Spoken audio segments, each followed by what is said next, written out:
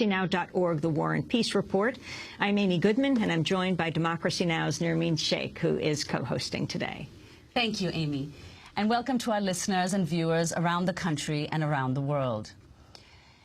New revelations about a U.S.-backed warlord in Afghanistan are raising questions about whether the U.S. has violated its own laws in its aim to defeat the Taliban.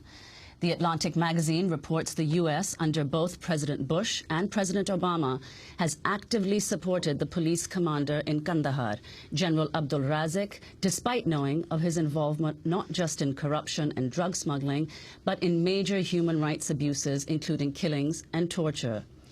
Razzaq has been a key figure in the U.S. strategy of supporting Afghan warlords in order to weaken the Taliban, working closely with U.S. Special Forces. He was promoted to head the police in Kandahar earlier this year after playing a key role in the U.S.-backed assault on the Taliban 1 year ago. The allegations against Razzaq include responsibility for the torture of 2 teenage boys and the killing of 15 people in 2006.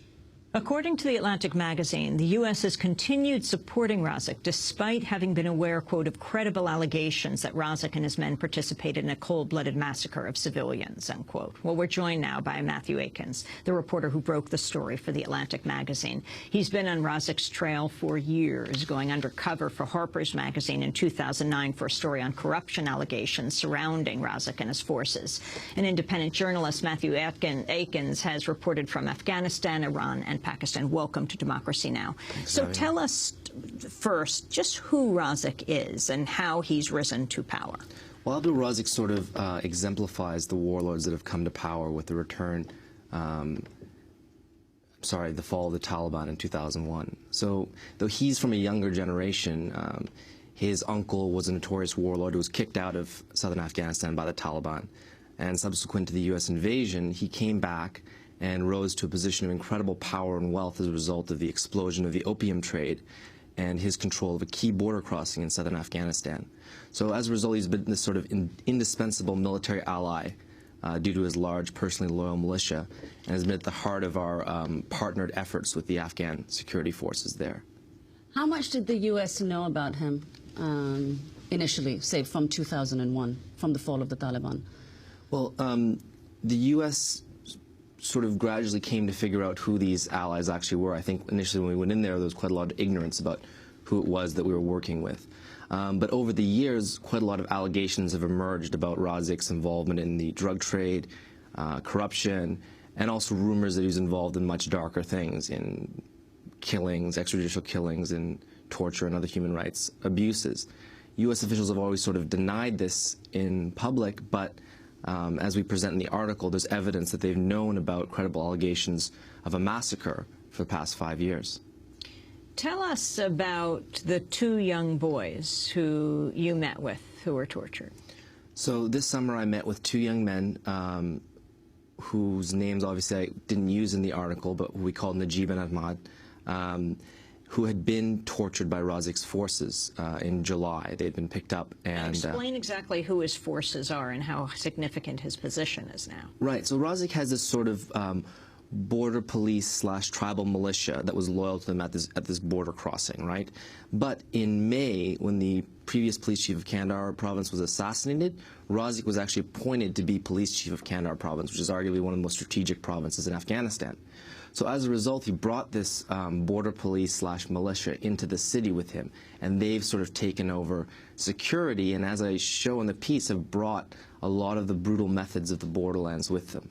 So as an example, these 2 young men were picked up when some employees from their restaurant were accused of bringing food to the Taliban. They were held, one of them was beaten brutally while hung from the ceiling. And then eventually they were taken to a basement room in the governor's compound and had electric wires attached to their feet and were electrocuted, all in an effort to make them to confess to something that they were innocent of. Eventually they were taken before Razzaq himself, and he seemed to decide that they were in fact innocent, so they released them. And as I was told by a sort of sympathetic member of the police force who served as a source, this is what they do to them when they're innocent. Imagine what they do to the guilty. So this is not just a single case. There's credible evidence that this is part of a systematic campaign of human rights abuses that is taking place in Kandahar right now. And in fact, part of the evidence for that is that the U.S. military themselves have suspended transferring detainees to forces in southern Afghanistan as a result of some of the things they've heard. I want to turn to a video made by NATO's broadcasting arm earlier this year. The video is a profile of Abdul Razzaq, casting him in a very positive light. Although acknowledging he's faced widespread accusations of abuses, the video goes on to praise Razzaq's approach to fighting the Taliban. There have been a number of reports linking Razzaq to drug smuggling, while human rights activists accuse him of brutality against the rival tribes and the Taliban. Razzaq makes no apology for taking a hard line against insurgents. There are those who are destroying our country. Whoever they are, we will not surrender to them. We have no choice but to defend ourselves and our country. They are not Taliban, they are terrorists. It is a war imposed from the outside. The enemy's main base is not in here, it's in Pakistan. At a press conference in Kandahar, Abdul Razzaq is seen as something of a celebrity. Young police officers and tribal elders fight to have their picture with him. They describe him as a hero, not afraid to die for his country. For NATO's part, he has been an ally, fighting the insurgency and helping to provide safe passage for supplies coming in from Pakistan. Since last summer, numerous operations have taken place in districts surrounding Kandahar city. Having been uprooted from many areas, the Taliban has resorted to carrying out attacks within the city itself. The pressure is on the new chief of police to repel the insurgency. The General Razzaq is up for the fight. We are Muslims, and we believe that when we have faith, when our hour comes, we will die, we will not survive. The enemies are trying, but we are also trying to defend our country from any situation. Whether we die now, or die after an hour, or after a month, we shall defend our country. We will pay for the country with our lives. I think the future of Afghanistan will be good. That was a video made by NATO's broadcasting arm earlier this year. Matthieu Aikins, can you respond? Well, you know, as they make clear in that video, there are very compelling security concerns in Kandahar province right now. So there's no doubt that there needs to be a very strong effort by the Afghan government, by the international forces to protect civilians, to bring security and stability. But the question is whether it's inevitable that we have to partner with people who are grossly violating human rights and who are undermining the rule of law actively. And if that's the case, which seems to be the choice that we've made over the past couple of years in our partnership with Razzaq and Kandahar. That the U.S. government has made. That the U.S. government has made, yes. Then what does that say about the Afghan National Army and Afghan National Police that we've supposedly been building if we have to partner with this sort of warlords drug militia to fight the Taliban? And so I think that's a false choice, that we have to partner with human rights abusers. And I think there's ways to promote the rule of law that ultimately will bring greater stability and security, because don't forget, this insurgency is motivated by oppression and brutality just as much as it's motivated by other factors. But from your research and the people you spoke to, your time in Afghanistan, how unusual is the case of Abdul Razzaq? In other words, how does he compare to other warlords that the U.S. has partnered with all these years? Well, he certainly represents a meteoric rise, rags to riches stories, just in his youth and in the fact that he was nobody personally before 2001. In another sense, he's quite typical in that he represents the return of this old guard, old order of warlords that was the catalyst for the Taliban movement coming to power in Afghanistan.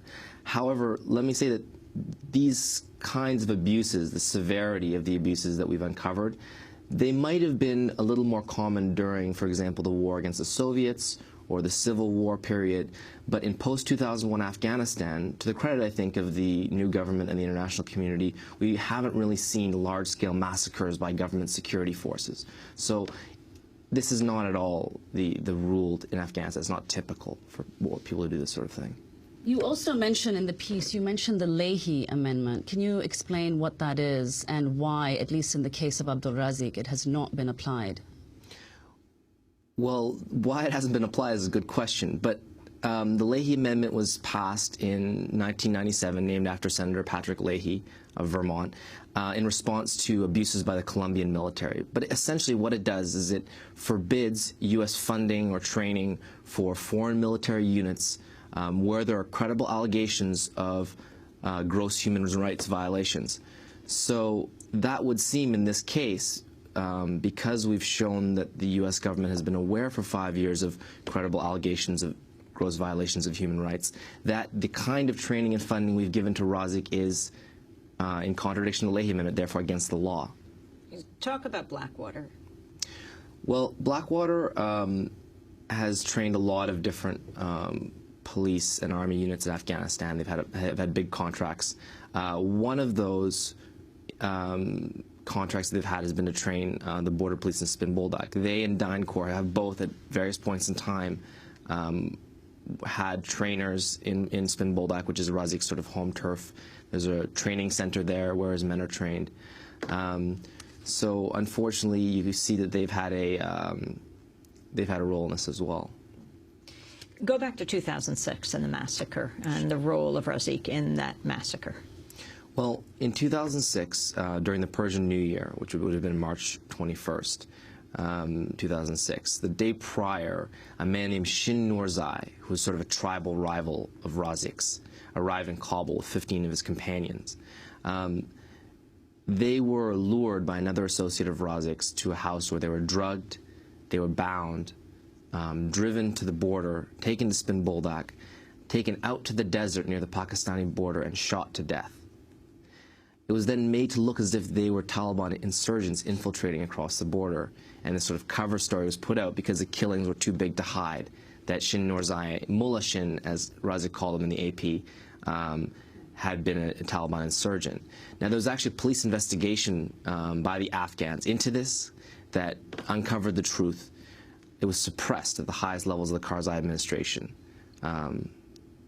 And it was something that a few different European capitals and the U.S. Embassy were aware of at the time. I wanted to ask you about Pakistan. Last week, Admiral Mike Mullen, the chairman of the Joint Chiefs of Staff, accused Pakistan's spy agency, the ISI, Inter-Services Intelligence, of supporting the Haqqani militant group in the recent attack on the U.S. Embassy in Kabul. Mullen was speaking before a Senate panel. The Haqqani Network, for one, acts as a veritable arm of Pakistan's internal services intelligence agency. With ISI support, Haqqani operatives planned and conducted that truck bomb attack, as well as the assault on our embassy. We also have credible intelligence that they were behind the June 28th attack on the Intercontinental Hotel in Kabul and a host of other smaller but effective operations. In choosing to use violent extremism as an instrument of policy, the government of Pakistan, and most especially the Pakistani Army and ISI, jeopardizes not only the prospect of our strategic partnership, but Pakistan's opportunity to be a respected nation with legitimate regional influence. So what relationship, I'd like to ask, has the U.S. itself had with the Haqqani Network? The group's founder, Jalaluddin Haqqani, apparently worked with the U.S. in the 1980s during the Soviet invasion of Afghanistan. Well, absolutely. Congressman Charlie Wilson, who was sort of one of the most vocal advocates of supporting the Mujahideen, called Jalaluddin Haqqani goodness personified. So much like the Pakistanis see them today, the U.S. once saw them as an effective tool to place military pressure on Kabul. So this is a classic example. Is that similar to Osama bin Laden? Right, and this is a classic example of blowback, right? So there is this long-standing relationship, and it should really give us pause about the kind of people that we support today, because we don't know what sort of consequences we might be engendering tomorrow. There absolutely has been a criminalization of these networks as a result of 20, 30 years of war, which is something we're seeing on both sides, in the Afghan government and in the Taliban. Matthieu, how'd you get around Afghanistan? Well, I'm fortunate enough to sort of blend in with the locals as a result of my my mixed Asian heritage. So, and I speak a bit of Dari, so I sort of play dress up, and just travel very low profile with some good friends. Yeah. Well, I want to thank you very much for being with us. Matthieu Aikins, international freelance journalist, covered Afghanistan, Pakistan, Iran for publications including Harper's Magazine, The Walrus. His latest piece, Our Man in Kandahar, is published in the November issue of The Atlantic magazine. This is Democracy Now! Back in a minute.